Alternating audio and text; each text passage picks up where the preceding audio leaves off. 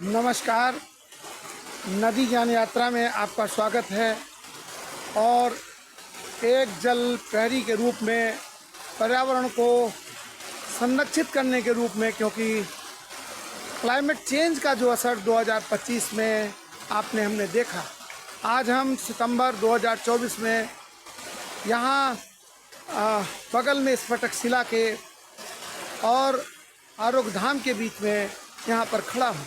इधर से हम देख रहे हैं कम्युनिटी वाटर आ रहा है।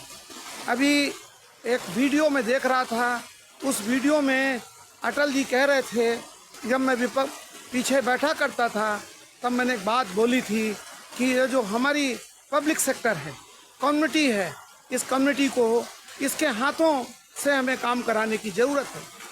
और इधर भारत के प्रधानमंत्री नरेंद्र मोदी जी ने जिस तरीके से विजन 2047 के लिए अभी से तैयारी करना शुरू कर दी है, तो हम ये बताना चाहते हैं कि विजन 2047 चित्रकूट की जलधाराओं का क्या होगा। क्लाइमेट चेंज के इस असर में जब चित्रकूट एक एक बूंद पानी से करा रहा होता है, यहाँ लगातार सूखा रहता है, ऐसी स्थिति में हम चित्रकूट की जल बूंदों को, ये जो बरसात का जो पानी आ रहा है, क्या हम इनको संरक्षित कर सकते हैं। ये जो नदियाँ जो हमारी धरोहर हैं, ये लगातार मरती चली जा रही हैं। और इस समय जो हालत है हमारी मंदाकिनी की, वो करवी के पास पूरी मर चुकी है। ऐसी स्थिति में हम, जब अटल जी ने, दुनिया ये कह रही है कि ये नदी समाज की थाती है, समाज को इसको बचाना है, तो समाज की भागीदारी होनी चाहिए, इसमें संतों की भागीदारी होनी चाहिए। इसमें ये जंगल आप देख रहे हैं कितने हंसमुख जंगल हैं, लेकिन आप इधर देखिए, ये हमारे यहाँ से आप देखेंगे कारपोरेट का जो इधर कम्युनिटी वाटर था, इधर कारपोरेट ने आकर नदी में किस तरह का अतिक्रमण किया है। आप देख सकते हैं कि ये नदी के शरीर में, नदी के बाढ़ बिंदु में, नदी का जहाँ बाढ़ है उस बाढ़ के शरीर में या बहाव बिंदु में, ये बहाव का क्षेत्र है, बाढ़ उसके आगे भी आती है, इस बहाव बिंदु में किस तरीके से नमामि गंगे प्रोजेक्ट ने यहाँ पर एक कारपोरेट को विकसित करने के लिए, किस लिए मुझे समझ में नहीं आता है। ये यहाँ पर ये कंक्रीट का स्ट्रक्चर यहाँ बिछाया गया है। इधर हम देखेंगे, इधर दीनदयाल शोध संस्थान की बाउंड्री है। हम मानते हैं कि दीनदयाल शोध संस्थान, नाना जी ने जो सपना चित्रकूट में देखा था यहाँ पर आकर 2090 में, वो यही था कि हम सबको 50 किलोमीटर के क्षेत्र में सबको स्वस्थ बनाएंगे। अभी शरद ऋतु आने वाली है, उनका जन्मदिन है, तो इसमें ये देखने की कोशिश करना है कि इसमें बड़ी दहारें थीं। इस बार जो नदी में बाढ़ आई है, इस नदी के बाढ़ ने, पैसुनी की नदी की बाढ़ ने सबको तबाह करके रखा है। जो स्ट्रक्चर नदी के बहाव क्षेत्र में थे, इस स्ट्रक्चर को भी इसने बहा दिया।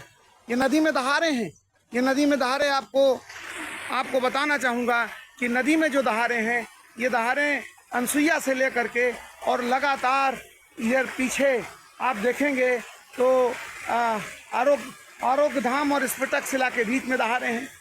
इन दहारों से नदी जीवंत होती है, और इसके जो जंगल, अगल बगल के जंगल हैं, इन पेड़ों से ही नदी हमारी जो इनका पानी, इसमें से रस के इसमें आता है, जड़ी बूटियाँ हैं। और हमने क्या किया है इस विकास यात्रा में, इधर 1 साल के अंदर ये घटनाएं देखिए कि हमने ये करके इधर कंक्रीट जो है इसमें बिछा दी, और यही कंक्रीट नदी ने इसी बाढ़ में इसको उखाड़ फेंका।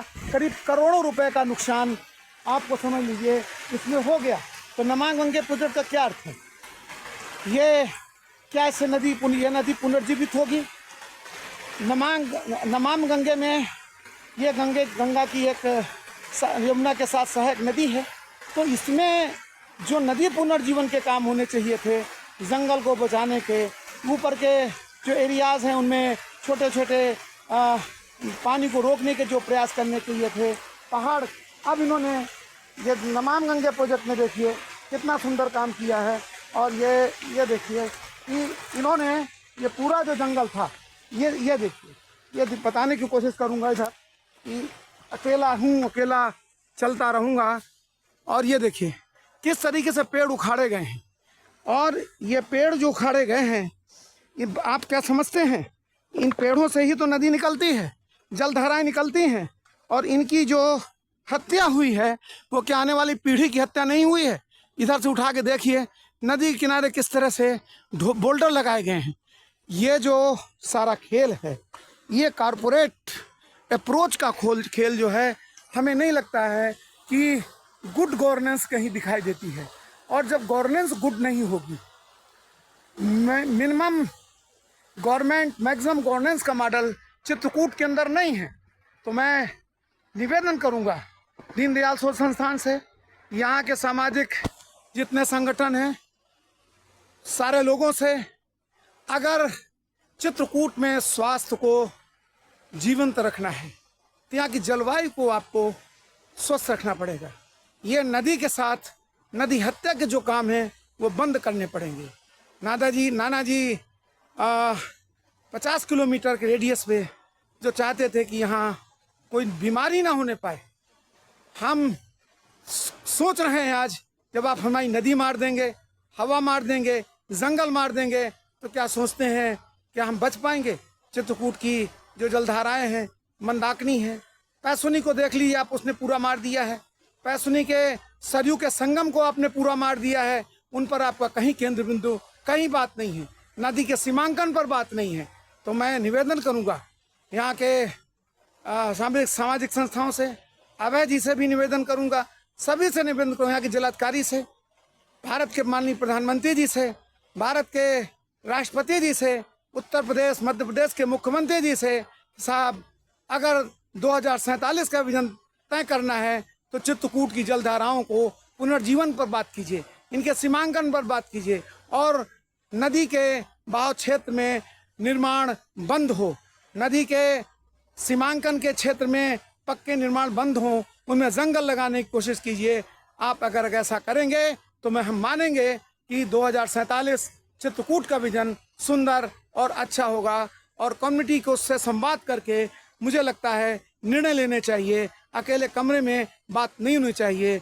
और हमारे बीच में आज नदी ज्ञान यात्रा में मेरे साथ हैं भाई सर अजय पाल जी। अजय पाल जी, कैसा लगा आपको ये सब देख करके? ये देख करके बड़ा भयावह लगा कि जो भारत के नागरिक का पैसा है, जो राजस्व से वसूली की जा रही है, वो किस तरीके से कारपोरेट जगत को बढ़ावा देने के लिए और अपने जो प्राकृतिक संसाधन है उस पर जो है ये पक्के निर्माण करके और धाराओं को बंद किया जा रहा है, जो कि बहुत ही दुखद है। आने वाले समय में अगर हम लोग ये पेड़ पौधे ऐसी जगह पर नहीं लगा पाए तो एक एक बूंद के लिए तरसना हो जाएगा। धन्यवाद अजय पाल जी, आपकी बात दुनिया सुनेगी। एक दिन ऐसा आएगा, ये न कारखाने में जो तूतियां बोल रही हैं ये बंद होगी। और मैं निवेदन करता हूँ उस परमात्मा से, अस्तित्व से, कि हमारी इस मंदाकिनी को, पैसुनी को, सरयू को बचाने का कष्ट करें, जंगलों को, पहाड़ों को बचाने के कष्ट करें। ये आतिताई मारने में लगे हैं। धन्यवाद।